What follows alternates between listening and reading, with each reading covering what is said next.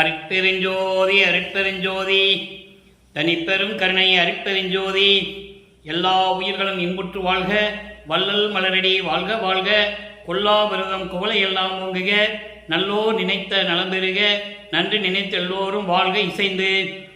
உலக மக்களே, அறிவார்ந்த அன்பர்களே, ஆண்மநேய ஒருமைப்பாடுடைய அன்பர்களே, அருட்பெருஞ்சோதி ஆண்டவருடைய திருவிளையாடலை பார்த்து கொண்டிருக்கிறோம். நமது வல்லற்பமானவர்கள் அருளிய திருவருட்பாவில் 6 திருமுறைகளில் இருந்தும் எப்படி அருட்பெருஞ்சோதி ஆண்டவர் எப்படியெல்லாம் திருவிளையாடல் செய்தார் என்பதை நாம் ஒவ்வொரு பாடலின் மூலமாகவும் ஒவ்வொரு திருமுறையிலிருந்து ஒவ்வொரு பதிகத்தின் மூலமாகவும் பார்த்து கொண்டிருக்கிறோம். அருட்பெருஞ்சோதி ஆண்டவருடைய திருவிளையாடல் 1823ஆம் ஆண்டு தொடங்கி 30/1/1874 இரவு 12 வரை தொடர்கிறது.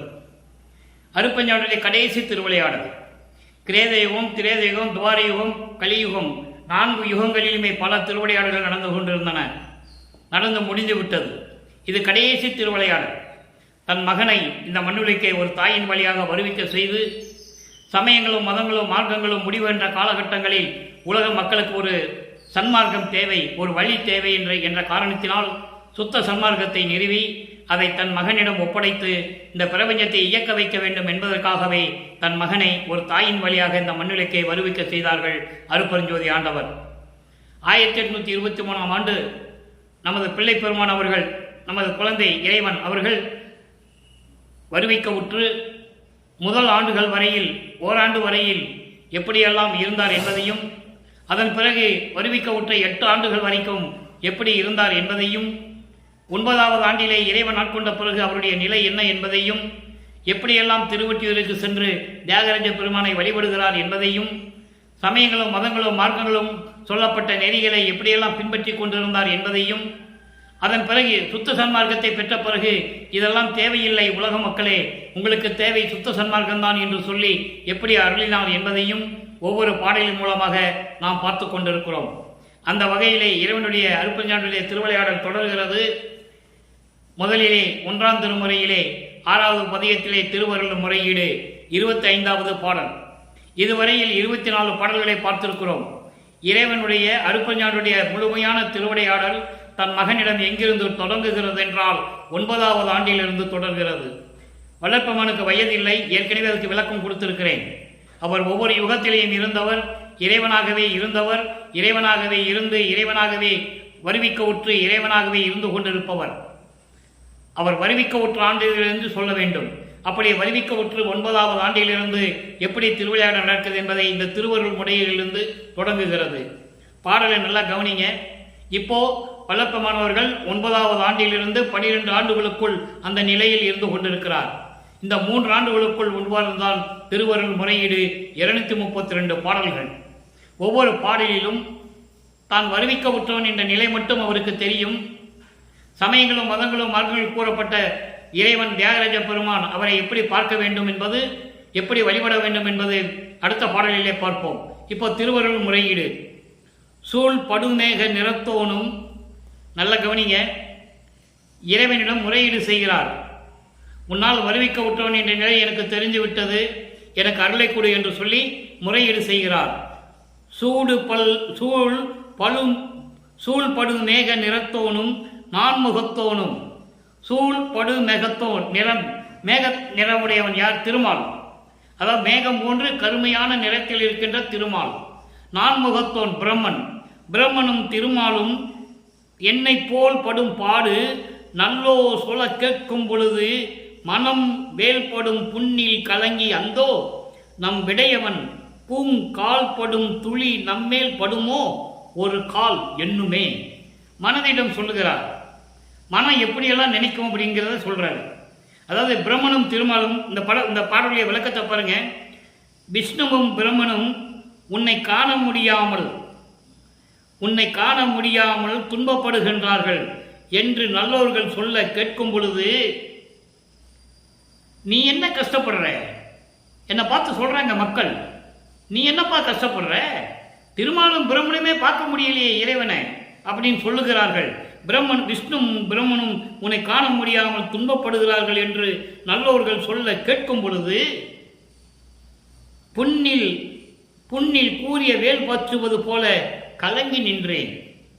நான் புலம்பிக் கொண்டிருக்கிறேன், இறைவனை பார்க்க முடியவில்லை என்று. அப்போ நல்லவர்கள் சொல்லுகிறார்கள், விஷ்ணுவும் பிரம்மனுமே இறைவனை பார்க்க முடியவில்லை, நீ பார்த்து விடுவாயா என்று என்னை பார்த்து கேலி செய்கிறார்கள். அப்போ ஒரு புண்ணு இருக்கு, புண்ணில் வேலை குத்தமா எப்படி இருக்கும்? புண்ணில் வேல் வச்சுவது போல நான் மனம் கலங்கி நின்றேன். ஐயோ, நம் இறைவனின் இங்கே விடையவன் என்று சொல்லுவார். விடையவன் என்பது காளை வாகனம் மீது உள்ள இறைவன், காளையை வாகனமாக கொண்ட இறைவன். அப்படிப்பட்ட இறைவன் பூ போன்ற காலில் ஊட்டிய தூசி நம் மேல படாதோ என்று ஒருவேளை மனம் நினைக்குமே. ஏன்னா மனம் ஒரு நிலையில் இல்லை. அப்போ விஷ்ணுவும் பிரம்மனும் பார்க்க முடியாத ஒரு இறைவன், அப்படிப்பட்ட இறைவனுடைய திருவடி காலில் இருக்கின்ற தூசி நம் மேல் படுமோ என்று ஒருவேளை மனம் நினைத்தாலும் நினைக்கும். எனவே விரைவில் வந்து அருள்வாயாக என்று சொல்லுகிறார். ஆக பிரம்மனும் திருமாலும் இறைவனை பார்க்கவில்லை என்பதை இங்கு உறுதிப்படுத்துகிறார். ஒன்று. ரெண்டாவது, நல்லவர்கள் எல்லாம் சொல்றாங்க, நல்லவங்க எல்லாம் பெரியவங்க எல்லாம் சொல்றாங்க என்ன பார்த்து, நீ என்ன துன்பப்படுகிறாய்? ஏற்கனவே பிரம்மனும் விஷ்ணு இறைவனை பார்க்க முடியாமல் துன்பப்பட்டு கொண்டிருக்கிறார்கள் என்று சொல்லும் பொழுது, புண்ணில் வேலை விட்டு பாய்ச்சியது போல, வேலை வச்சு குத்தியது போல நான் கலங்கி கொண்டு நின்று கொண்டிருக்கிறேன். அப்போ மனசு நினைக்குது, ஆஹா, இப்படிப்பட்ட இறைவனுடைய காலில் ஒட்டியிருக்கின்ற தூசு நம்ம மேல் படாதா என்று ஒரு வேளை இந்த மனம் நினைக்குமே. அந்த மனதை சாந்தப்படுத்த வேண்டுமே, அதற்காகவா வந்து நீ எனக்கு அருள் பெற வேண்டும் என்று சொல்லுகிறார். அதற்காகவாது நீ வந்து எனக்கு அருளை கொடுக்க வேண்டும், எனக்கு அருள வேண்டும் என்று சொல்கிறார். இறைவன் பிரம்மனும் திருமாலும் பார்க்க முடியாது என்பதை பல பாடல்களிலே நமக்கு அருளியிருக்கிறார்கள். திருவற்பாவிலே நமது இறைவன் வல்லப்பமானவர்கள் எப்படி மறைக்கு ஒளித்தாய், நெடுமாலுக்கு ஒளித்தாய், நான்முக திசை மாகனுக்கும் ஒளித்தாய். இங்கு அதில் ஓர் பலி இல்லை. நீ பிரம்மனுக்கு மறைச்சிக்கோ, பிரம்மனுக்கு காட்சி கொடுக்காத, திருமாலுக்கு காட்சி கொடுக்காத, வேதங்களுக்கு காட்சி கொடுக்காத, அதை பற்றியெல்லாம் ஒன்றும் குறை இல்லை, அதெல்லாம் பலி கிடையாது. எனக்கு ஏன் காட்சி கொடுக்கல அப்படின்னு கேட்குற. அதோடு மட்டுமா, பூத்திடும் அவனும் காத்திடும் அவனும் புல் விலங்கு உருக்கோடு நேடி ஏத்திடும் முடியும் கூத்திடும் அடியும் இன்னும் காண்கிறேன் சொல்லுவார். பூத்திடும் அவன் பிரம்மன், காத்திடும் அவன் திருமால். இது ரெண்டு பேருமே இறைவனை பார்க்க முடியாமல் புல் விலங்கு உருக்கோடு நேடி. புல் என்றால் அன்னப்பறவை, விலங்கு என்றால் பன்றி. பிரம்மன் அன்னப்பறவையாகவும் திருமால் பன்றியாகவும் உருவெடுத்து போயும் ஏத்திடும் முடியும் கூத்திடும் அடியும் இன்னும் காண்கிறேன் சொல்வார். உன்னுடைய அப்படிப்பட்ட முடியையும் உன்னுடைய திருவடியையும் பார்க்க முடியாமல் திணறிக் கொண்டிருக்கிறார்கள் என்று சொல்லுவார். நெடுமால் பன்றி என நெடுநாள் நேடியும் கண்டறியாத பூம்பாதங்கள் என்று சொல்லுவார். இறைவனுடைய நிலையை அப்படியெல்லாம் திருவற்பாவிலே வல்லப்பமானவர்கள் நமக்கு அருளியிருக்கிறார்கள். அதோடு மட்டுமல்ல, விதியும் மாலும் முன் வேறு ஊர் எடுத்து. விதி என்பவன் பிரம்மன், படைக்கும் தொழிலை உடையவன். விதிப்பவன் என்றால் படைப்பவன். படைக்கும் தொழிலை கொண்ட ஒரு காலத்தில் படைக்கும் தொழிலை கொண்ட பிரம்மனும் சரி, திருமாலும் சரி, வேறு உருவெடுத்து அன்னப்பறவையாகவும் பன்றியாகவும் உருவெடுத்து மேலும் கீழுமாய் விரும்பி நின்றார். மேலையும் கீழையும் போரை தேடி அலைஞ்சி பார்க்க முடியலன்னு சொல்றாரு. அதை தான் இங்க ஒரே வரியில சொல்றாரு. சூழ்படு மேக நிறத்தோனும் நான்முகத்தோனும் பார்த்து பார்த்து அலைஞ்சி பார்க்க முடியல என்பதை தெளிவாக கூறுகிறார்கள். அப்படிப்பட்ட இறைவனே, எனக்கு வந்து அருள்வாயாக, மனம் ஏங்கிக் கொண்டிருக்கிறது. அப்படிப்பட்ட இறைவனுடைய காலில் பட்ட தூசு நம்ம மேல விழுகாதா என்று சொல்லி மனம் ஒருவேளை நினைக்கும் அல்லவா? அப்போ அந்த மனதை சாந்தப்படுத்த வேண்டும் அல்லவா? அதுக்காகவாவது வந்து எனக்கு அருள வேண்டும், என்னை ஆட்கொள்ள வேண்டும் என்று சொல்லி முறையீடு செய்கிறார். இப்போ இந்த நிலை மாறுகிறது. அடுத்த கட்டத்துக்கு நம்ம போறோம், 2ஆம் திருமுறைக்கு போறோம். அங்கே ஸ்ரீ சண்முக நாம சங்கீர்த்தன லகிரி என்ற பதிகம் பேர் பார்த்தா உங்களுக்கு குழப்பமா இருக்க, வேற ஒன்றும் இல்லை. சிவசண்முகன் இறைவனுடைய பெயரை சொல்லி போற்றி புகழ்வது, அவருடைய பெயரை சொல்லி போற்றி புகழ்வது என்ற ஒரு பதிகம். அதான் ஸ்ரீ சண்முக நாம சங்கீர்த்தன லகிரின்னு ஒரு பதிகம். அந்த பதிகத்தின் 4வது பாடல்.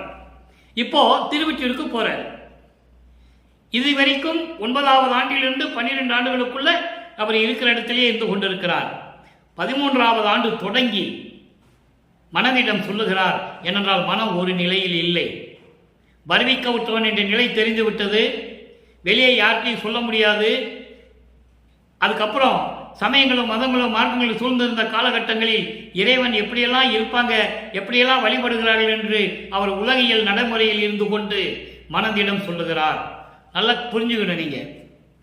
மருட்டி வஞ்சகம் மதித்திடும் கொடியார் வாயில் காத்து இன்னும் வருந்தில் என்ன பயனோ, என் பயனோ. நெஞ்சே, மனசிடம் சொல்ற மனத்திடம் சொல்லுகிறார்.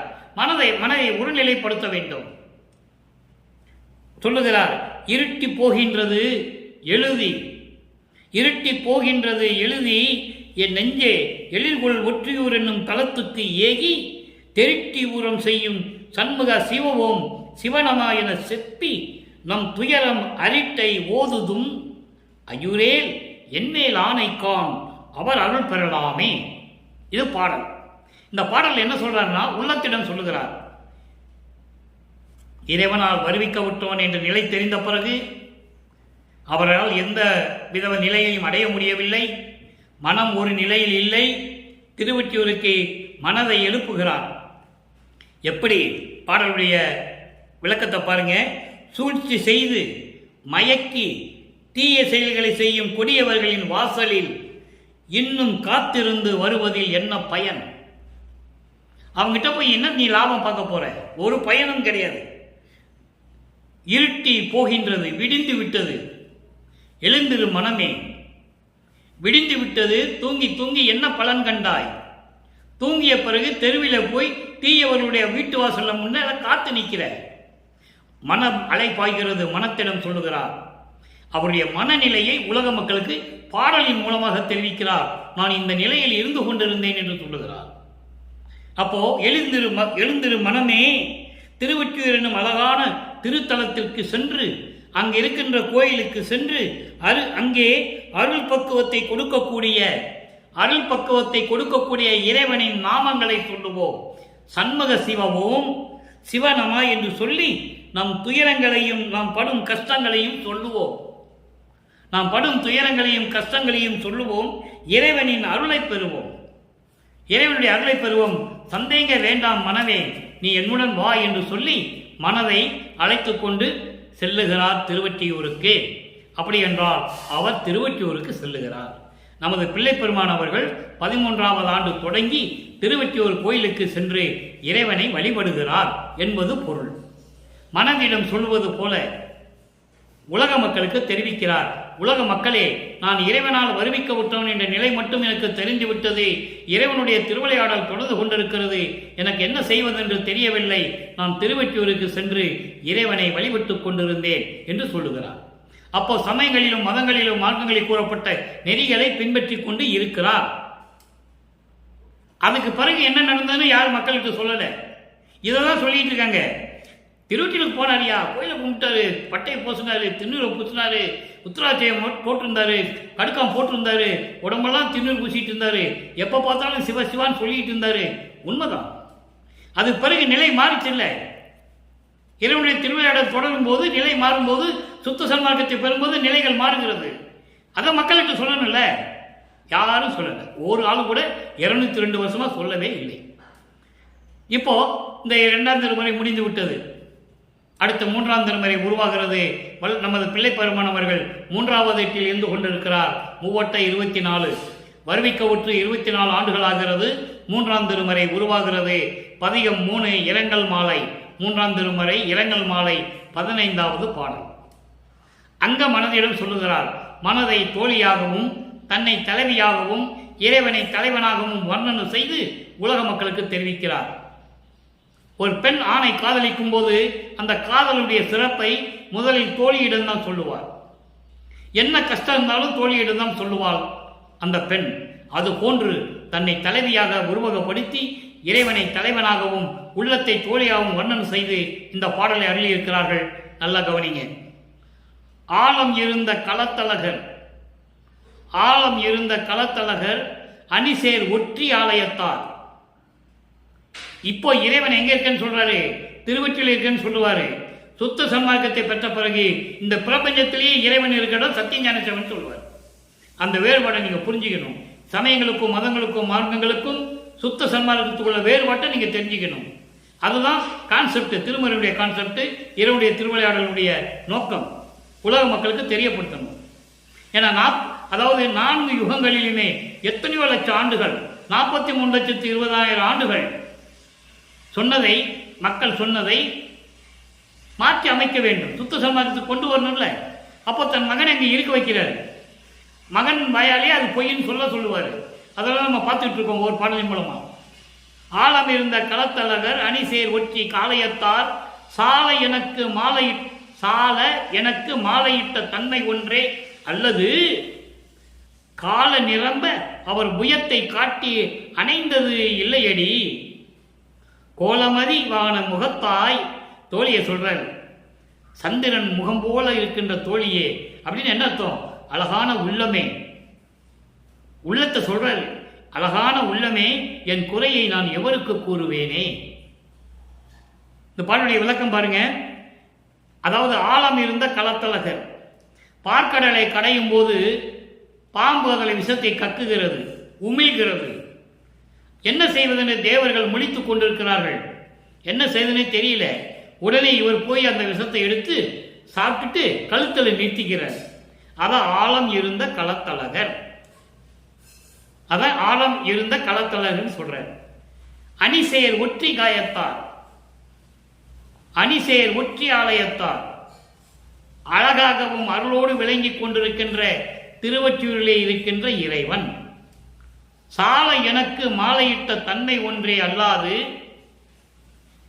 சாலனா மிகவும், மிகவும் எனக்கு மாலையிட்ட தன்மை ஒன்றே அல்லாது, ஒப்பற்ற முறையில் என்னை ஆட்கொண்டானே தவிர, அதான் அதுக்கு பொருள். நான் ஏற்கனவே சொல்லியிருக்கேன், மாலையிட்டது என்று சொன்னால் தன்னை பெண்ணாக உருவப்படுத்தினால் மாலையிட்டது என்று சொல்லுகிறார். என்னை ஆட்கொண்டதை தவிர வேற எந்த பலனும் நான் அனுபவிக்கவில்லை. ஆட்கொண்டானே தவிர எனக்கு எந்த அருளையும் கொடுக்கவில்லை. அதோடு மட்டுமல்ல, என்னோடு கட்டி அணைத்து நெடுநேரமாக இருந்து என்னுடைய எனக்கு சந்தோஷத்தை கொடுக்கவில்லை. கால நிரம்ப அவர் புயத்தை காட்டி அணைந்தது இல்லையடி. அவர் தோளை என்னோடு தோளோடு தோளாக ஒட்டி கொண்டு எனக்கு மகிழ்வை கொடுப்பார் என்று நான் எதிர்பார்த்தேன், வரவே இல்லை. பெண்ணே, என் உள்ளமே, என் குறையை நான் யாரிடம் போய் சொல்லுவேன் என்று உள்ளத்திடம் சொல்கிறார். உள்ளத்தை பக்குவப்படுத்துகிறார். நீங்கள் இதுவரைக்கும் நம்ம பார்த்த விளக்கத்தை பார்த்தீங்கன்னா நல்லா தெரியும். அவர் மனம் ஒரு நிலையில் இல்லாமல் எப்படியெல்லாம் நமக்கு பாடலிலே அருளி இருக்கிறார் என்பதை பார்த்தோம். திண்ணூறு பூசிக்கோன்னு சொல்லுவார், நமச்சிவாய சொல்லுன்னு சொல்லுவார், சிவாய நமன் சொல்லுன்னு சொல்லுவாரு, எல்லாம் சொல்றாரு. இப்ப பக்குவப்படும், ஒவ்வொரு நிலைக்கு மாறும்போது பக்குவப்படுகிறார். மனம் பக்குவப்படுகிறது. இங்க என்ன சொல்றாரு? என்ன மாலையிட்டானே தவிர இன்னும் எனக்கு சந்தோஷம் கொடுக்கல. இந்த பாடல ஃபுல்லா சிவாய நம சிவகணம இந்த நமங்கள்லாம், இந்த நாமங்கள்லாம் சொல்ல மாட்டார். நிலைகள் மாறுது. அதை நீங்க நல்லா புரிஞ்சுக்கணும். 2ஆம் திருமுறையில் இருக்கின்ற நிலை 3ஆம் திருமுறைக்கு வரும்போது மாறுகிறது. அங்க உள்ளத்துல மட்டும்தான் சொல்லிட்டு இருப்பாரு, என்னை ஆட்கொண்டானே தவிர எந்த அருளையும் கொடுக்காமல் போய்விட்டார், நான் எந்த சந்தோஷத்தையும் அனுபவிக்கவில்லை. உள்ளமே, இந்த குறைய நான் யார்கிட்ட போய் சொல்லுவேன்? நீ மட்டும் அங்கங்க போய் அலைஞ்சிட்டு வந்துட்டு இருக்க. மனதிடம் சொல்லுகிறார், உனக்கு நிம்மதி வேணும், நீ அலைந்து கொண்டிருக்கிறாய். இறைவன் எனக்கு அருளை கொடுக்கவில்லையே, இந்த குறையை நான் யார்கிட்ட போய் சொல்லுவேன் அப்படின்னு உள்ளத்திடம் சொல்லுகிறார். நல்லா புரிஞ்சுக்கணும் நீங்க. இப்போ 3 திருமுறை முடிஞ்சது. இப்ப 4ஆம் திருமுறைக்கு வரோம். அங்க எப்படி இறைவன் நேர அருளை கொடுக்கிறார் அதை பார்க்க போறோம். அப்போ ஒவ்வொரு காலகட்டத்திலும், அதாவது 8 ஆண்டுகளுக்கு ஒரு முறை, அறிவிக்கப்பட்ட 1ஆம் ஆண்டிலிருந்து 8 ஆண்டுகள் வரைக்கும் ஒரு நிலை. 9ஆவது ஆண்டில் ஆட்கொண்ட பிறகு 9ஆவது ஆண்டிலிருந்து 16 ஆண்டுகளுக்குள்ள ஒரு நிலை. அதன் பிறகு 17ஆவது ஆண்டிலிருந்து 24 ஆண்டுகளுக்கு ஒரு நிலை. அதான் 3 திருமுறை அங்க உருவாகிறது. அந்த 3 திருமுறை விளக்கத்தை பார்த்துட்டோம். ஒவ்வொன்றா பார்த்துட்டு வரோம். இன்னும் நிறைய இருக்கு. இது ஒரு நாள்ல சொல்றது இல்லை. அடுத்து 4ஆம் திருமுறை வரும்போது அவர் 4வது 8 இருக்கிறார். அப்போ 4 8 32. 25வது ஆண்டிலிருந்து 32 ஆண்டுகளுக்குள் என்ன நடந்தது அதை 4ஆம் திருமுறையிலே ஒவ்வொரு பாடலின் மூலமாக நாம் பார்த்து கொண்டிருக்கிறோம். 8வது பதிகம் 4ஆம் திருமுறை அபராத மன்னிப்பு மாலை. அபராத மன்னிப்பு மாலை என்பது ஏற்கனவே சமயங்களிலும் மதங்களிலும் மார்பில் இருந்து கொண்டு எனக்கு தெரியாமல் செய்த தவறுகள், நான் தெரியாமல் செய்த குற்றங்கள் எல்லாவற்றையும் நீ மன்னித்து அருளை கொடுக்க வேண்டும். அபராதம் கொடுத்துடக்கூடாது. நல்லா கவனிக்கணும். அபராதம் நீ கொடுத்துடக்கூடாது, என்னை தண்டிக்கக்கூடாது. நான் உன்னால் வருவிக்க விட்ட உன் பிள்ளை அல்லவா என்று சொல்லி இந்த பாடலிலே நமக்கு அருளி இருக்கிறார்கள். பாடலை பார்க்க போகிறோம். நல்லா கவனிங்க. துளைக்கொடி நன்கு அறியாதே. பாடல் கொஞ்சம் கஷ்டமா இருக்கும், கொஞ்சம் கடினமா இருக்கிற மாதிரி உங்களுக்கு தெரியும். பொருள் மிகவும் எளிமையானது. அற்புதமான விளக்கம், இறைவன் கொடுத்த விளக்கம். துளைக்கொடி நன்கு அறியாதே துணை அருளோடு ஊடி துரிசு புகன்றேன் கருணை பரிசு புகன்ற அறியேன் புலைக்கொடியேன் புகன்ற பிழை பொறுத்து அருளல் வேண்டும். இந்த 3 வரைக்கும் முதல்ல விளக்க சொல்றேன். துளைக்கொடி நன்கு அறியாதே என்றால், துளைக்கொடி என்பது ஒரு தலை சிறந்த நெறிகளை அறிய முடியாமல்,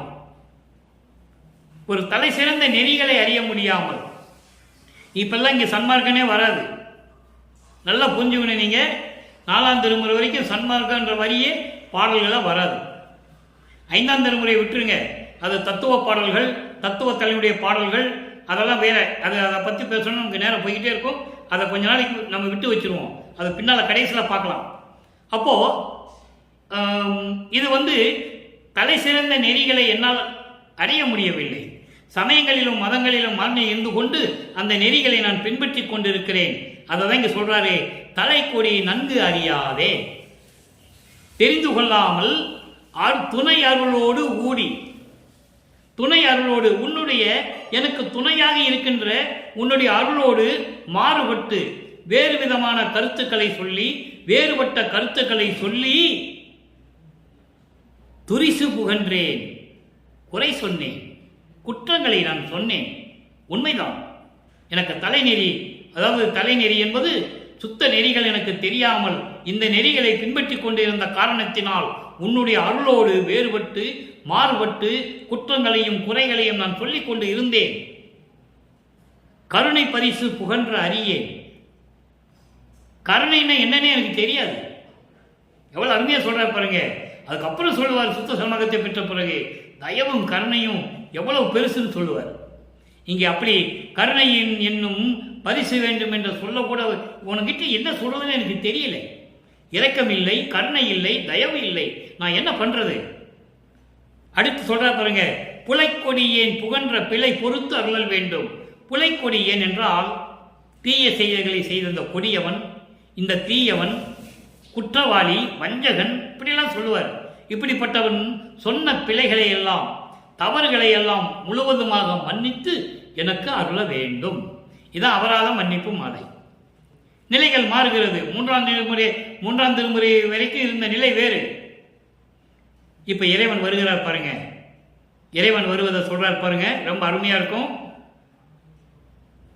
பொங்குதிரை கங்கை தெப்பின் தங்கிய சடையாய் மலைக்கொடி என் அம்மை அருள்மாவு சிவகாமி வள்ளி மறை வள்ளி துதி சொல்லி நின்று காண கலைக்கொடி நல்குணர் முனிவர் கண்டு புகழ்ந்து ஏத்த கனக சபையினிலே நடிக்கும் காரண சத்குருவே.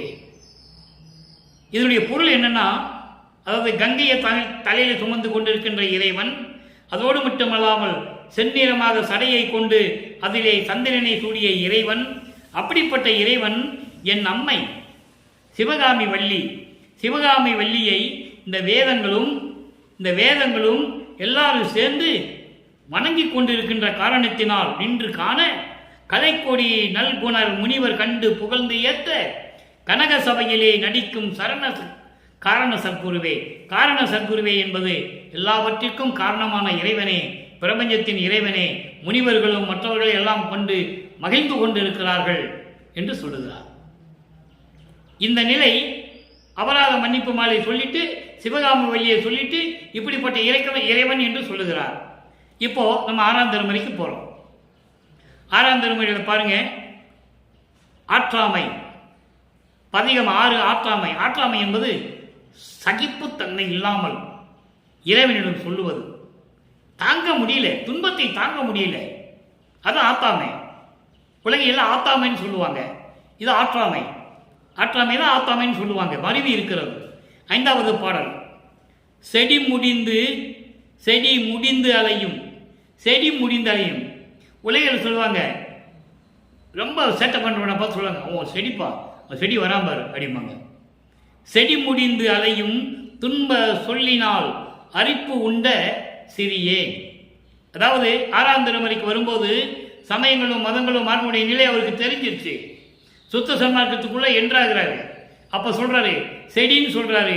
சமயங்களும் குற்றங்களும் துன்பங்களும் கொண்ட சமயங்களையும் மதங்களையும் மார்க்கங்களையெல்லாம் முடிந்து அவற்றையெல்லாம் நான் ஏற்றுக்கொண்டு அலைந்த காலங்கள் எப்படிப்பட்ட காலங்கள் தெரியுமா? அப்படி அலையும் துன்ப சொல்லினால் துன்பங்களை ஏற்றுக்கொண்டு அரிப்பு உண்ட நோய்வாய்ப்பட்ட சிறியன் என்று சொல்லுகிறார். நோய்வாய்ப்பட்ட சிறியன் என்றால் என்ன? இப்படியெல்லாம் துன்பங்களையும் துயரங்களையும் சுமந்து கொண்டு அது ஒரு மன நோயாகவே மாறிவிட்டது. அப்படிப்பட்ட இந்த சிறியவன் அடிமுடி அறியும் ஆசை கற்றறியே. அடிமுடி அறியும் ஆசை கற்றறியே. உன்னுடைய அடியையும் முடியையும் பார்க்க வேண்டும் என்ற ஆசையை கூட எனக்கு தெரிந்து கொள்ள முடியவில்லை.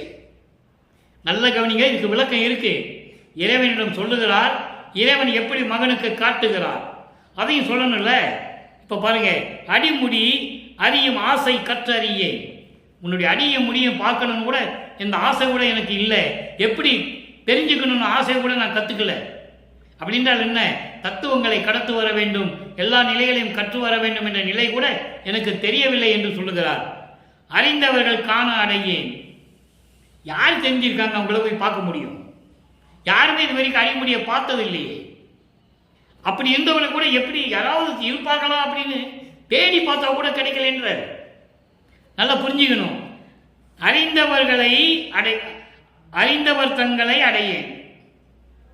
அடிமுடியை பார்க்கணும்னு எனக்கு தெரியல. அப்படி யாராவது பார்த்துருக்காங்களான்னு தேடி பார்த்தா கூட கிடைக்கல. யாரும் பார்க்கல. படிமுடி விழித்து கடிகொள்ளும் கடையல் பணத்திலும் கொடியனே. எப்படி சம்பாதிக்கிறாங்களாம் உலகத்துல சொல்றாரு பாருங்க. உலகியலில் தீய வழிகளில் சம்பாதித்து கொடுமையை அனுபவிக்கும் கொடியவருடைய பணத்தை விட நான் கொடியவன். சம்பாதிக்கிறாங்கல்ல, தீய வழிகளில் சம்பாதிக்கிறாங்க. அப்படி அவர்களை விட நான் ரொம்ப கொடியவன் என்று சொல்லுகிறார். தன்னை தாழ்த்திக் கொள்ளுகிறார் தந்தையிடம். வஞ்ச கொடி முடிந்திடுவேன். வஞ்சக செயலிலே நான் ஈடுபட்டு கொண்டிருப்பேன், சண்டை முட்டி விட்டு கொண்டிருப்பேன் சொல்வார். அம்பலக்கூத்தன் குறிப்புக்கு என் கடவேனே. அம்பலத்திலே அருளனனம் செய்து கொண்டிருக்கின்ற இறைவா, உன் உள்ளத்திற்கு நான் வர வேண்டும் என்றால், உன் உள்ளத்தில் என்னை பற்றி நீ நினைக்க வேண்டும் என்றால் நான் என்ன செய்ய முடியும்?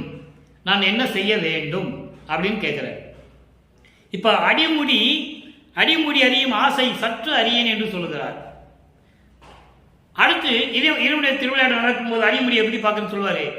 படிமுடி கடந்தனை பார் இது பாரன அடிமுடி காட்டி அறுப்பறிஞ்சோதி.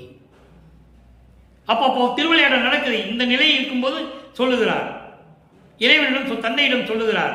அதை அகவலிலே சொல்லுவார். தந்தை எப்படி சொல்றாரா? படிமுடி கடந்தனை. படிமுடி என்பது, படி என்பது மண்ணுலகம், முடி என்பது விண்ணுலகம். இவர் அடிமுடியை பார்க்க போயிட்டு இருக்கிறாரு. அப்ப அவர் சொல்றாரு, இறைவன் சொல்றாரு, இங்க பார் மகனே, நீ விண்ணுலகத்தையும் மண்ணுலகத்தையும் கடந்து வந்து விட்டாய். கடந்தனை பார் இது பாரன அடிமுடி காட்டி அறுப்பறிஞ்சோதி. தன் மகனுக்கு காட்டுகிறார். யாருமே இறைவனுடைய அடிமுடியை பார்த்ததில்லை. இந்த பிரபஞ்சம் தோன்றிய காலத்திலிருந்தே எத்தனையோ முனிவர்கள், ரிஷிகள், மகான்கள் யாரோ தோன்றினார்கள். யாரும் இறைவனுடைய அடியை பார்த்தேன், முடியை பார்த்தேன் யாரும் சொன்னதே கிடையாது. பிரம்மன் திருமாலை பார்க்க முடியல. படிமுடி கடந்தனை நீ கடந்து வந்து விட்டாய். போயிட்டு இருக்காரு மேல. அப்படிப்பட்ட வள்ளலார என்ன சொல்லுவாங்கன்னா, அப்படியே கரசக்காட்டிலிருந்து அப்படியே நடந்து போனாரு. அங்க ஒரு பயிர் வாடி இருந்தது. அப்படியே கட்டி பிடிச்சு புரண்டு அழுதாரு. பாடிய வயிறை கண்டால் வாடி இருப்பார். பயிர் என்பது உயிர்கள், எல்லா உயிர்களும். அதுக்கு ஒரு விளக்கம் இருக்கு, பின்னால் நம்ம பார்க்க போறோம். இப்போ அதாவது உயிர் இரக்கம் இருந்தது அவரிடம். இறைவன் அல்லவா, இரக்கம் இருக்கதான் செய்யும். கட்டுக்கதையாக சொல்லக்கூடாது. திருவெண்பாவில் என்ன இருக்குதோ அது மட்டும் தான் சொல்லணும் மக்கள்கிட்ட. மக்கள்கிட்ட திருவெண்பாவில் என்ன இருக்கோ அது மட்டும் தான் சொல்லணும். உலகில் நடந்த கதை, அதை கற்பனையா சொல்றது, கதையா சொல்றதெல்லாம் வல்லற்பெருமானிடம் சொல்லக்கூடாது. அவரை பத்தி எல்லாம் சொல்லக்கூடாது, தப்பு அது. அவர் படி முடி கடந்து போயிட்டு இருக்கிறாரு. இறைவனுடைய அடியை பார்க்கறதுக்கு, முடியை பார்க்கறதுக்கு. சாகா கல்வி அங்கேதான் போய் கத்துக்கணும். அதெல்லாம் பின்னால் பாடல்கள் வருது. ஆதாரம் இல்லாமல், திருவெண்பாவில் ஆதாரம் இல்லாமல் பேச முடியாது. இறைவன் கொடுத்த விளக்கம், 6 திருமலைக்கு விளக்கம் கொடுத்துருக்காரு. இந்த வள்ளலார் ஊழியனுக்கு விளக்கம் எழுதியிருக்கேன். விளக்கத்தை பற்றி நான் சொல்லிக்கிட்டு இருக்கேன் மக்களுக்கு. யாரும் மறுக்க முடியாது. எல்லாம் திருவெண்பாவில் இருக்கு.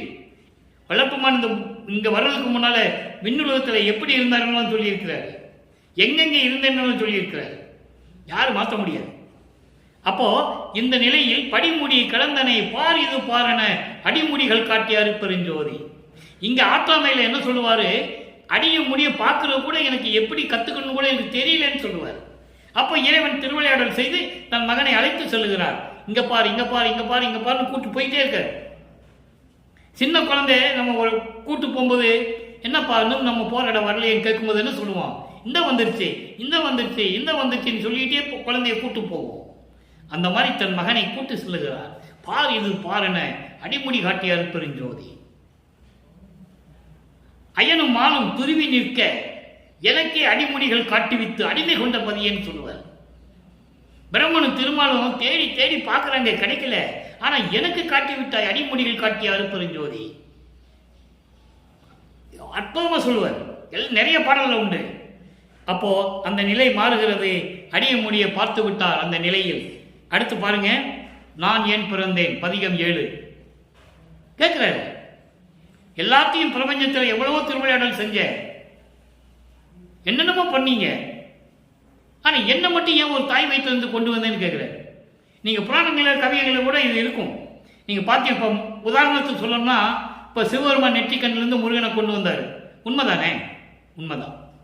இப்படி ஒரு சில ஆண்கள் எல்லாம் அங்கங்க அவர்களுடைய அருளால் அங்கங்க கொண்டு வந்தாங்க. ஆனா அதை தான் இவர் சொல்றாரு, என்ன மட்டும் ஏன் ஒரு தாயின் வயிற்றிலிருந்து கொண்டு வந்த கேட்கும்போது பதில் இருக்கு. பின்னால பார்க்க போறோம். ஒரே நாளில் எல்லா விளக்கம் சொல்ல முடியாது, எல்லாமே விளக்கம் இருக்கு. இப்ப நான் ஏன் பிறந்தேன் சொல்றார். ஏறுகின்றோம் என மதித்தே இறங்குகின்ற கடையே. சுத்த சன்மார்க்கத்தை வாங்கியாச்சு, இன்னும் சில விளக்கங்கள் வரணும். அப்ப இறைவனிடம் கேட்கிறாரு, ஏறுகின்றோம் என மதித்தே இறங்குகின்ற கடையேன். நான் மேல்நிலைக்கு செல்லுகிறேன்னு சொல்லி ரொம்ப பெருமையா போய்கிட்டு கீழே வந்துடுறேன். நல்லா கவனிக்கணும். நான் மேலே போறேன், மேல்நிலைக்கு போறேன் அப்படின்னு சொல்லி போகின்ற போதே நம்ம தான் போயிட்டு கீழே திரும்பி வந்துடுறேன்.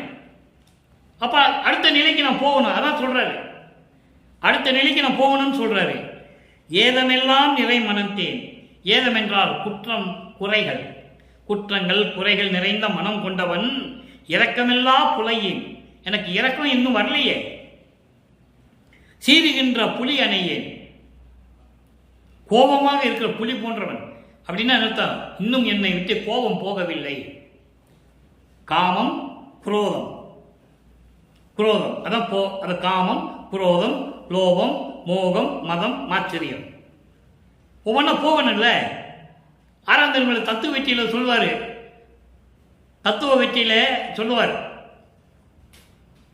அந்த எத்தனை 6 எதிர்களை எப்படி கடக்கிறேன்னு சொல்லுவார். அதெல்லாம் நம்ம பின்னால பார்க்க போறோம். இப்போ அவருக்கு எதுவும் போகலை, கோபத்தோட இருக்கிறேன்னு சொல்றாரு. கோபம் கொண்டவன் சிறு தொழிலே புரிவேன், தீமைகளையே செய்து கொண்டிருக்கிறேன், செய்வகை ஒன்றும் அறியாத சிறியனும் சிறியன். சின்ன குழந்தை, சிறியனும் சிறியனும் அர்த்தம். சின்ன குழந்தை என்ன செய்யணும் கூட தெரியாம செஞ்சுக்கிட்டு இருக்கும். அதுபோல நான் இருந்து கொண்டிருக்கிறேன் இந்த உலகியலிலே. மாறுகின்ற குண பேதை மதியினால் இழந்தேன். சமயங்களில் மதங்களில் மார்க்கங்கள் இருந்துட்டு எனக்கு அறிவு கெட்டு போச்சு. அந்த நெறிகளை நான் பின்பற்றி கொண்டிருந்தனால் எனக்கு அறிவு மழுங்கி விட்டது. அதனாலே நான் அவமானப்பட்டேன் சொல்றார். இழிந்தேன், அவமானப்பட்டேன். அடுத்து சொல்ற பாருங்க, வஞ்சமெல்லாம் குடிகொண்ட வாழ்க்கை மிக கொடியே. உலகியலிலே இருந்துகிட்டு வஞ்சகத்தையே நினைச்சுக்கிட்டு இருக்கேன். அடுத்து சொல்ற பாருங்க, வீறுகின்ற உலகிலே நான் ஏன் பிறந்தேன். இந்த பரந்த உலகிலே நான் ஏன் பிறந்தேன்? ஏன் என்னை வருவிக்க செய்தாய்? ஏன் என்னை வருவிக்க செய்தாய்? நினது மெய் கருத்தை அறிந்திலேன். உனது உண்மையான எண்ணம் என்னதான் இருக்குது என்னை பற்றி, அதை சொல்லு. எவ்வளவு அற்புதம் தெரியுமா? அதாவது இறைவனால் வருவிக்க விட்டோன்னு தெரிஞ்சு போச்சு அவருக்கு. சமயங்களிலும் மதங்களையும் மார்க்கங்களையும் இருந்து அதெல்லாம் பொய்ன்னு தெரிஞ்சிருச்சு. சொல்லிட்டாரு, பொய்ன்னு சொல்லிட்டாரு. ஞான சரியில சொல்லிட்டாரு, அகவல்ல சொல்லிட்டாரு, அதெல்லாம் பொய்.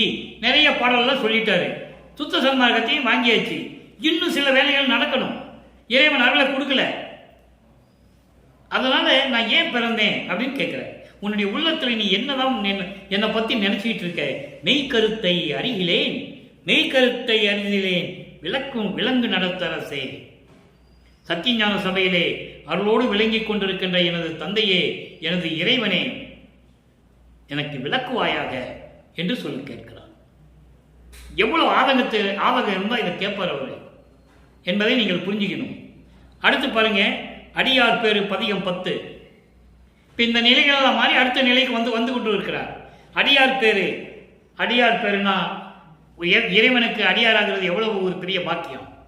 2வது பாடல், பையார் பாம்பு கொடியதென பகர்வார், பையார் பாம்பு கொடியது என பகர்வார், அதற்கும் பரிந்து முன்னால் ஐயா கருணை அளித்தனை, என்னளவில் இன்னும் அளித்திலேயே. விஷம் கொண்ட பாம்பு பார்த்தா எல்லாம் பயப்படுவாங்க. அதான் கொடியது என்று சொல்லுவார்கள். விஷம் கொண்ட பாம்பு தான் கொடியது என்று சொல்லுவார்கள். அப்படிப்பட்ட கொடிய பாம்பிற்கும் முன்னொரு காலத்தில் நீ கருணை அளித்தாய். கடவுளே, நீ கருணை அளித்தாய். உன்னுடைய திருவிளையாடல் அங்கே நடந்தது. அந்த பாம்புக்கு கூட கருணை அளித்தாய் நீ. ஆனால் என் அளவில் நீ அளித்தில்லையே. என் அளவில் இன்னும் எனக்கு கொடுக்கலையே அப்படின்னு சொல்லுவார். அப்போதான் ஒரு நிகழ்ச்சியை இங்கே நான் உங்களுக்கு ஞாபகப்படுத்த கடமைப்பட்டு இருக்கிறேன். உலகியல்ல சொல்லுவாங்க, செவிவில் வந்த கேள்விகள் கூட இருந்தவங்க எப்படி வேணால் நீங்கள் எடுத்துக்கலாம். எல்லாரும் போயிட்டு இருக்கும்போது பெருமான பாம்பு கடிக்க வந்தது. இவரை பார்த்த உடனே அப்படியே திரும்பி போயிடுச்சு அப்படின்ற ஒரு நிலையை கூறுவார்கள்.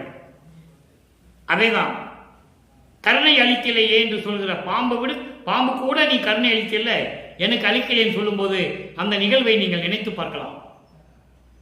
அப்போ மையார் மிடற்றோய் ஆனந்தம் மன்றில் நடிப்போய் வல்வினையே நையா நின்றேன்.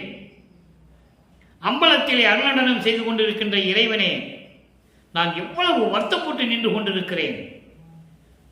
ஐயா, நான் பாம்பில் கொடியனானேனே. நான் பாம்பை விட கொடியவனா? என்னை ஆட்கொண்டாய், வருவிக்க செய்தாய், நானும் வருவிக்க உற்றேன், அருளை கொடுத்தாய். இருந்தாலும் இன்னும் எனக்கு நீ கருணை காட்டவில்லையே. பாம்பை விட நான் கொடியவனா? பாம்பு கூட கொடியது என்று சொல்லுவார்கள். அப்படிப்பட்ட பாம்பு கூட ஒரு காலத்தில் நீ அருளை கொடுத்தாய். அங்க ஒரு திருவிளையாடல் நடந்திருக்கிறது. அதான் சொல்றேன், பாம்புக்கு கூட நீ அருளை கொடுத்தாய். பாம்புக்கு அருளை கொடுத்தது, நாரைக்கு மோட்சம் கொடுத்தது எல்லாம் இங்க வரும். நம்ம திருவருட்பாலை இருக்கு. அப்போ அந்த நிலைகளெல்லாம் நீ இருந்தவன். இப்போ எனக்கு எதுவுமே கொடுக்கலையே. அப்ப நம் பாம்பு விட மோசமானவனும். அந்த பாம்புக்கு கிடைச்ச இது கூட எனக்கு கிடைக்கலையே என்று சொல்லி கேட்கிறார். அடுத்து தனித்திரளங்கள் 61வது பாடல், பதிகம் 110, தனித்திரளங்கள் 61வது பாடல். போற்றுகின்ற என் புண்மை யாவையும் பொறுத்த நின் பெரும் பொறுமை போற்றி. நான் செய்த எவ்வளவோ குற்றங்கள் குறைகள் செய்திருக்கிறேன். எல்லாவற்றையும் பொறுத்து என்னை மன்னித்து ஏற்றுக்கொண்டாயே. நின் பொறுமை போற்றி, நின் பொறுமை போற்றி. என்ன ஆற்றுவேன் உனக்கு அருகிலேன், என்ன ஆற்றுவேன் உனக்கு அருகிலேன். நான் உனக்கு என்ன கைமாறு செய்ய போகிறேன் எனக்கு தெரியவில்லை. அதான் சொல்றாரு, என்ன ஆற்றுவேன் உனக்கு அருகிலேன். உனக்கு என்ன கைமாறு செய்ய போகிறேன் என்று எனக்கு தெரியவில்லை. எனக்கு அறிவு தந்த பேரறிவா போற்றி. எனக்கு மெஞ்ஞான அறிவு கொடுத்த, இந்த அறிவு என்பது மெஞ்ஞான அறிவு. அறிவு என்பது வேறு, மெஞ்ஞானம் அறிவு என்பது வேறு. ஞானம் என்பது வேறு, மெஞ்ஞானம் என்பது வேறு. நிறைய விளக்கங்கள் இருக்கிறது. மெஞ்ஞான அறிவை கொடுத்த இறைவா உன் பேரறிவா போற்றி. வான் காற்று நீடழல் நீடு அழல் ஆதி 5 நான் காண காட்டிய கருத்தா போற்றி. கருத்தா என்பது அருட்பெருஞ்சோதி. இந்த காற்று, நீடல், வான் என்பது 5 பூதங்கள். நிலம், நீர், நெருப்பு, காற்று, ஆகாயம். இந்த 5 பூதங்களுடைய நிலையை எனக்கு காண காட்டிய கருத்தா போற்றி. 5 பூதங்களை காட்டி, நிலைகளை காட்டி, அதை என்னை கடக்க செய்தாயே, என்னுள் அடக்க செய்தாயே, இறைவா அருட்பெருஞ்சோதி போற்றி என்று சொல்லுவார்.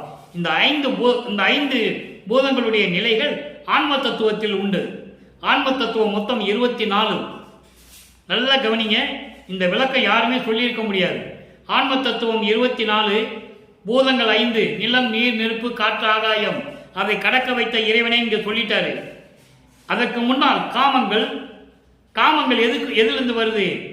ஐம்பொறிகளினால். கண், காது, வாக்கு, மூக்கு, மெய் எல்லாம் வரும். கண்மேந்திரங்கள் 5, புலன்கள் 5. புலன்கள் ஒளி, சுவை, உணர்வு, நாற்றம் 5. கண்மேந்திரங்கள் 5, கை, கால், அபானம், குறி, வாக்கு 5. 4 5 20. 4 அந்த கரணங்கள், மனம், சித்தம், புத்தி, அகங்காரம். இந்த 24 தத்துவங்கள், இதான் ஆன்ம தத்துவம். இதுல முதல் 5 பூதங்கள். அதான் சொல்றாரு, அதை எனக்கு காண காட்டிய, அதை என்னை கடத்தி விட்ட இறைவனை என்று சொல்லுகிறார். வன் கூற்று உதைத்து நீத்து அழிவிலா உருக்கொள்ள வைத்த நின் கொள்கை போற்றியே. மரணத்தை உதைத்து தள்ளி முழுவதுமாக அழித்து அழிவில்லாத உருவை கொடுத்த, முத்தேகத்தை கொடுத்த, சுத்த தேகம், புரண தேகம், ஞான தேகத்தை கொடுத்து மரணமில்லா பெருவாழ்வில் என்னை இருக்க செய்து, மரணமில்லா பெருவாழ்வில் என்னை இருக்க செய்த நின் கொள்கை போற்றி என்று சொல்லி இந்த பாடலை எழுதியிருக்கிறார்கள். நேரம் கடந்து கொண்டிருக்கிறது, விளக்கம் விரைவாக சொல்ல வேண்டும். அடுத்து இறுதியாக மெய்யர்கள் வியப்பு 60வது பாடல். ஆக முத்தேகத்தை பெற்றது, மரணமில்லா பெருவாழ்வை பெற்றது, எல்லாம் சொல்லிட்டாருங்க. நல்லா கவனிக்கணும் நீங்க. அடுத்து மெய்யர்கள் வியப்புல சொல்றாரு, இது ரொம்ப முக்கியமான ஒரு இடம், ரொம்ப முக்கியமான ஒரு இடம். சாதல் புறத்தல் என்னும் அவத்தை தவிர்த்து காலையே தனித்து உன் அருளின் அமுதம் புகட்டி கொடுத்தாய். காலையே என்பது காலையில் இல்லை, காலை பொழுது மாலை பொழுது சொல்லுவாங்கல்ல, அந்த காலை பொழுது இல்லை, காலையிலே என்பது கருவிலே. சாதல் புறத்தல், இறப்பு பிறப்பு என்ற அவஸ்தையை என்னை கருவிலேயே, ஒரு தாயின் வயிற்றில் இருக்கும் போது, அதுக்கு சொல்வார் பாருங்க அந்த பாடல்ல, நான் விளக்கத்தை சொல்றேன். அந்த கருவில இருக்கும்போது உன்னுடைய ஒப்பற்ற அருளால் உன்னுடைய அருள் அமுதத்தை எனக்கு ஊட்டினாய் என்று சொல்லுவார். கருவில் இருக்கிற குழந்தை வாங்கி குடிக்க முடியாது, ஊட்டணும். நல்லா கவனிக்கணும் நீங்க. மக்கள்கிட்ட யார் சொல்லல, சம்பந்தன் 3 வயதிலே ஞானப்பால் குடித்ததை சொன்னார்கள், உண்மைதான். 3 வயதிலே அவன் ஞானப்பால் குடித்து அருளை பெற்றது உண்மைதான். ஆனால் நமது பிள்ளை பெருமானவர்கள், வளர்ப்புமானவர்கள் ஒரு தாயின் உபசாரத்தால் பெற்ற தாய் என்பால் ஒருத்தின் கருவறையிலே இருக்கும் போது சாவையும் பிறப்பையும் தவிர்க்கின்ற அருள் அமுதத்தை அருட்பெருஞ்சோதி ஆண்டவர் ஊட்டினார், புகட்டி கொடுத்தாய். ஊட்டணும். குழந்தை கருவில் இருக்க குழந்தை வாங்கி சாப்பிட முடியாது. அப்ப அங்கு திருவிளையாடல் நடந்ததை சொல்லுகிறார். இதுதான் 1ஆம் ஆண்டிலிருந்து 8 ஆண்டுகளுக்குள் அங்கு நடந்த கருவறைக்கு முன்னால் இருந்த திருவறைகள், அந்த திருவிளையாடல். அப்படி கருவறையிலே எனக்கு அருள் அமுதம் ஊட்டினாய். அதன் பிறகு மேலும் நான் இந்த மண்ணுக்கு வருவிக்கூட்ட பிறகு உன்னை எப்படி போற்றுவது, எப்படி உணர்வது, எப்படி மகிழ்வது என்று எனக்கு நீ பொற்பாதமே, உன்னை திருவடியை பற்றி எப்படி வணங்க வேண்டும், போற்ற வேண்டும், மகிழ வேண்டும் என்று நான் தெரிந்து கொண்டேன். அடுத்து சொல்லுவாரே, உலக விடைய காட்டில் என் மனம் செல்லாது எனது போதமே. இறைவனை அறிவே என்று சொல்லுகிறார், எனது அறிவே என்று சொல்லுகிறார். உலக விடைய காட்டில் மண்ணாசை, பெண்ணாசை, பொன்னாசை என்ற நிலைகள் இல்லாமல் என்னை காப்பாற்றினாயே, என் அறிவே, என் மெஞ்ஞான அறிவே, என் இறைவனே, அருட்பெருஞ்சோதியே என்று சொல்லுகிறார். ஆக கருவறையிலே அருள் அமுதம் ஊட்டியதை இங்க உலக மக்களுக்கு தெரிவிக்கிறார். அங்கேயே அவர் வாங்கிட்டாரு, வெளியே காட்ட முடியாது, மறைப்பு நிலை. அதன் பிறகு வருவிக்கிட்ட பிறகு அவருக்கு மறைப்பு நிலை ஏற்படுகிறது. இறைவனுடைய திருவிளையாடல் அங்கு நடந்து கொண்டிருக்கிறது. இப்போ இவனுக்கு எதுவுமே தெரியக்கூடாது, நம்ம ஆட்கொண்டவன் மட்டும் அவனுக்கு தெரியணும், இது எதுவும் தெரியக்கூடாதுன்னு சொல்லி மறைப்பு நிலையை கொடுக்கிறார். அதை நீங்க நல்லா புரிஞ்சுக்கணும். இப்போ இது எப்படி சொல்றாரு பாருங்க, சாதல் புறத்தல் என்னும் அவத்தை தவிர்த்து காலையே தனித்து உன் அருளின் அமுதம் புகட்டி கொடுத்தாய், ஊட்டினாய் என்று சொல்லுகிறார். எங்க? கருவறையில போய் அதை இங்க சொல்லுகிறார் பாருங்க. உபசாரத்தால் பெற்ற தந்தை என்பான் ஒருவனுடைய சுக்கில பையிலிருந்து வெளிப்பட்டு, உபசாரத்தால் பெற்ற தாய் என்பால் ஒருத்தியின் சோனித திரளில் நான் கலந்து பிண்ட வடிவமாக இருக்கும்போது ஒப்பற்ற உனது அருளின் அருளமுதத்தை எனக்கு ஊட்டினாய் என்று சொல்லுவார். இருக்கு திருவருட்பாவில, யாரும் மறுக்க முடியாது. எப்படிப்பட்ட இறைவனை நம்ம பெற்றிருக்கிறோம், எப்படிப்பட்ட ஒரு மார்க்கத்தை பெற்றிருக்கணும் நீங்க சிந்திக்கணும். இதெல்லாம் உலக மக்களுக்கு யாரும் சொல்லலையே. வள்ளலார்னா பொதுப்படையை பேசிட்டு அப்படியே போயிட்டாங்க, வேற எதுவுமே சொல்லல அவரை பத்தி. இதுதான் உண்மை. இல்ல யாராவது இப்படியெல்லாம் சொன்னாங்க அப்படின்னு நீங்க சொல்லுங்க, நான் ஏத்துக்கிறேன், தலை வணங்குகிறேன், எல்லாரிடமும் தலை வணங்குகிறேன். யாரும் சொல்லவே இல்லை. ஒரு உபசாரத்தால் பெற்ற தந்தை என்பவனுடைய சுக்கில பையிலிருந்து வெளிப்பட்டு, உபசாரத்தால் பெற்ற தாய் என்பால் ஒருத்திய கருவறையில் சேர்ந்து பௌதிக படிவமாகும் போது, பிண்ட வடிவமாகும் போது அங்கே வந்து எனக்கு சாவையும் பிறப்பையும் தவிர்க்க வேண்டும் என்பதற்காக எனக்கு அருளமுதத்தை ஊட்டினாய் என்று சொல்லுகிறார். அற்புதமான ஒரு இடம்.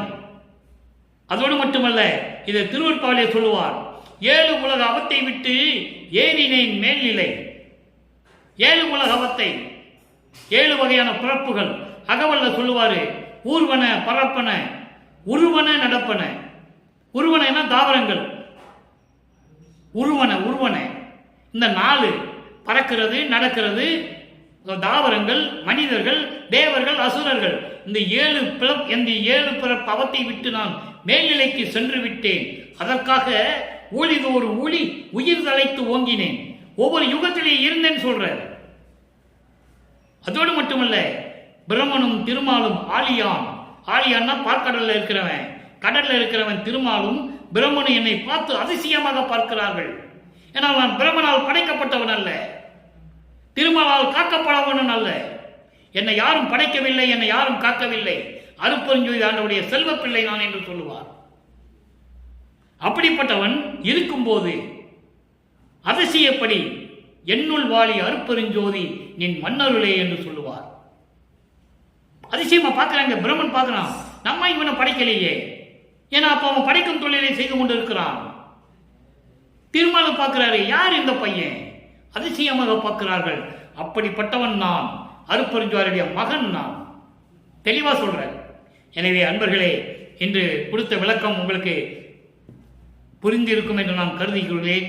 எனவே சுத்த சன்மார்க்கத்தில் இருந்து கொண்டு உருவ வழிபாடை, சிலை வழிபாடுகளை, உருவ வழிபாடுகளை விட்டு ஜோதி வழிபாடு செய்து அருட்பெருஞ்சோதி தனிப்பெருங்கனை அருட்பெருஞ்சோதி மகாமந்திரத்தை உச்சரித்து இறைவனுடைய அருளையும் செல்வங்களை எல்லாம் பெற்றுக்கொண்டு இந்த வையகத்திலே நீங்கள் வாழ்வாங்கு வாழ வேண்டும், நோயற்ற வாழ வேண்டும், வாழ்வில் வாழ வேண்டும் என்று இறைவனுடைய தயவோடையும் கருணையோடையும் வாழ்த்து விடைபெறுகிறேன். இந்த வள்ளலார் குளியன். நன்றி, வணக்கம். அருட்பெருஞ்சோதி தனிப்பெருங்கருணை அருட்பெருஞ்சோதி. நாளையும் அருட்பெருஞ்சோதி ஆண்டவருடைய திருவிளையாடல் தொடரும்.